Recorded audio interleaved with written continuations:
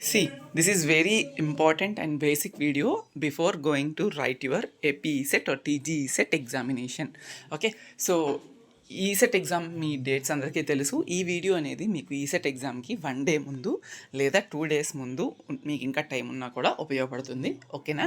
So just ఏం లేదు, what I wanted to tell you is application form ఏదైతే మీకు ఇచ్చారో అది ప్రింట్ తీయించుకొని చాలా జాగ్రత్తగా పెట్టుకోండి. And hall ticket and application form very very important and mandatory to carry to your examination. ఇది ఏపీ వాళ్ళకైతే. టీజీ వాళ్ళకి ఇన్స్ట్రక్షన్స్ వేరేగా ఉంటాయి, ఇంకొక వీడియోలో నేను మళ్ళీ చేస్తాను.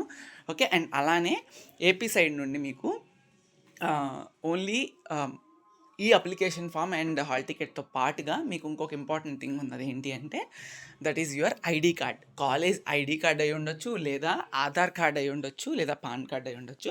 Better to carry Aadhaar card అందరి దగ్గర ఉంటుంది, బేసిక్ది కాబట్టి ఆధార్ కార్డు ఒరిజినల్ తీసుకొని వెళ్ళిపోండి. ఏదన్నా ఐడి కార్డు ఒరిజినల్ తీసుకొని వెళ్ళండి.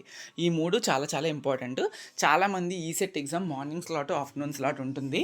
చాలామంది ఏం చేస్తారంటే ఆ రోజు application form, hall ticket, xerox తీయించుకుందామని చెప్పి వదిలేస్తారు.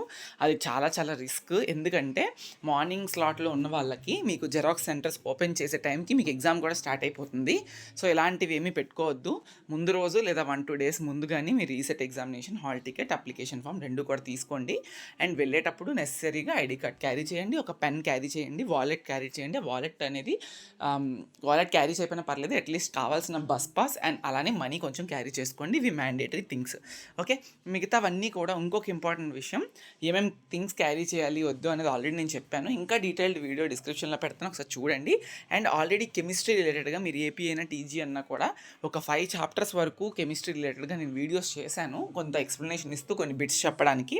డిస్క్రిప్షన్లో 4 parts ఉంటాయి, అవన్నీ నేను పెడతాను లింక్స్. అండ్ ప్రీవియస్ ఇయర్స్లో కూడా నేను కెమిస్ట్రీ, ఫిజిక్స్ ఇంపార్టెంట్ బిట్స్ చెప్పడం అన్నీ డిస్కస్ చేశాను. అన్నీ కూడా డిస్క్రిప్షన్లోని links along with year names mention చేసి పెడతాను. జస్ట్ ఒకసారి వెళ్ళి ఒక 2 hours 1 hour ఈసెట్కి ఎగ్జామ్ ముందు రోజు 2 days ఉంది అనగా మీరు చూసుకోండి అని చెప్తున్నాను. కాబట్టి సో చాలా చాలా ఇంపార్టెంట్. అదొక్కసారి వెళ్ళి 1-2 hours స్పెండ్ చేసుకుంటే మీకు ఇన్స్టాగ్రామ్ రీల్స్ ఇవన్నీ స్క్రోల్ చేసే కన్నా చాలా చాలా బెటర్ అని నా ఉద్దేశం. Okay, next thing to do what అనేది చెప్తాను ఇప్పుడు. ఇది చాలా చాలా ఇంపార్టెంట్. 1 day ఉంది మీకు టైము, లేదా 2 days ఉంది అంతే.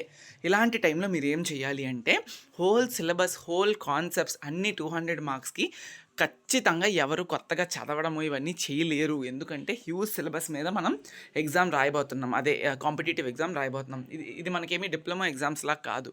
కొన్ని ఇంపార్టెంట్ క్వశ్చన్స్ చదువుకొని ముందు రోజు చదువుకొని అన్నీ మళ్ళీ రివిజన్ చేయడానికి అవుతుంది. బట్ ఇక్కడ అలా కుదిరే పని కాదు. కాబట్టి ఫస్ట్ పాయింట్, కొత్త కాన్సెప్ట్స్ ఏమీ టచ్ చేయొద్దు. ఆల్రెడీ చదివిన పాయింట్స్ని రివిజన్ చేయడం ఎంతో ఉత్తమం. ఎందుకంటే చదివిన పాయింట్స్ చదివితే అట్లీస్ట్ గుర్తైనా ఉంటాయి. కొత్త కాన్సెప్ట్స్ తీసి చదివితే మీకు రివిజన్ చేయడానికి టైం ఉండదు. కాబట్టి మళ్ళీ చదివిన టైం వేస్ట్ అవుతుంది. కొత్త కాన్సెప్ట్స్ మీకు అర్థం కాకపోతే మొత్తం టైం వేస్ట్ అయిపోతుంది. కాబట్టి రివిజన్ చాలా చాలా ఇంపార్టెంట్.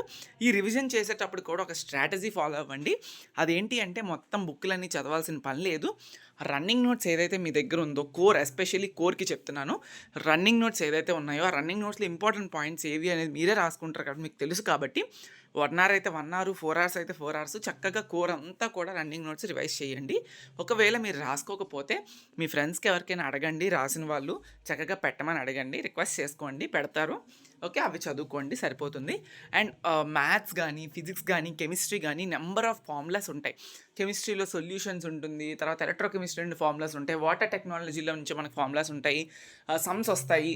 సో ఇలాంటి ఫార్ములాస్ అన్నింటినీ కూడా రివిజన్ చేయండి, బాగా చదువుకోండి. మ్యాథమెటిక్స్ ఎస్పెషల్లీ రివిజన్ చేయడానికి సమ్స్ అన్ని చూసేద్దామంటే మనం ఏం స్కాన్ చేయలేం కదా రోబోలాగా.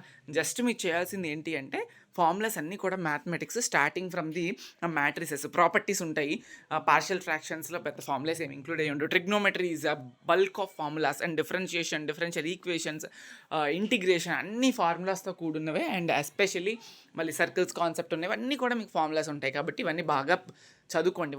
1-2 సార్లు ఫార్ములాస్ బాగా చదవండి. ఫిజిక్స్ కూడా సేమ్ అంతే. ఫిజిక్స్ పేపర్స్ మీరు ప్రీవియస్ ఇయర్స్లో చూస్తున్నా కూడా there are multiple numerical problems rather than theory questions. ఈ ఇయర్ ఎలా వస్తుంది అనేది మీ లక్ బేసిస్ మీద ఉంటుంది.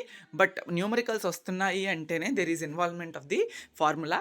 కాబట్టి ఫార్ములాస్ బాగా ప్రిపేర్ అవ్వండి అని మళ్ళీ మళ్ళీ చెప్తున్నా. ఓకే, ఎంపీసీ రిలేటెడ్గా ఫార్ములాస్, కోర్ రిలేటెడ్గా రన్నింగ్ నోట్స్ బాగా ప్రిపేర్ అయ్యి వెళ్ళండి. ఒకవేళ కనుక మీకు ఇంకా స్టిల్ 1-2 hours లెఫ్ట్ ఓవర్ ఉంది అనుకుంటే ఏవైనా పీక్యూపీస్ లేదా మల్టిపుల్ చాయిస్ క్వశ్చన్స్ బిట్స్ చేసుకోవడానికి ట్రై చేయండి తప్ప కొత్త కాన్సెప్ట్స్ జోలికి వెళ్ళొద్దు. రివిజన్ బాగా చేసుకోండి, ఎగ్జామ్ ముందు రాయండి. మళ్ళీ ఈసెట్ ఎగ్జామ్ ముందు రోజు మార్నింగ్ స్లాట్ వాళ్ళు లేసి చదివేయాల్సిన పని అయితే ఏమి ఉండదని నేను ఎక్స్పెక్ట్ చేస్తున్నా.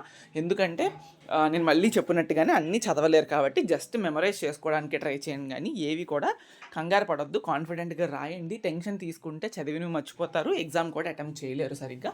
సో అందరికీ కూడా మరొకసారి ఆల్ ద బెస్ట్. ఎగ్జామ్ బాగా రాయండి, కాన్ఫిడెంట్గా రాయండి. మీకు ఎంత వస్తే అంతే, ఎంత వస్తే దాన్ని బాగా అర్థం చేసుకొని క్వశ్చన్ని వచ్చిన నాలెడ్జ్ని అప్లై చేయడానికి ట్రై చేయండి తప్ప రాదు నేను చదవలేదు చాలా తక్కువ చదివానని ఫీలింగ్లో వెళ్ళొద్దు. ఆల్ ద బెస్ట్, అందరూ పాస్ అవ్వాలని కోరుకుంటున్నాను. Thank you.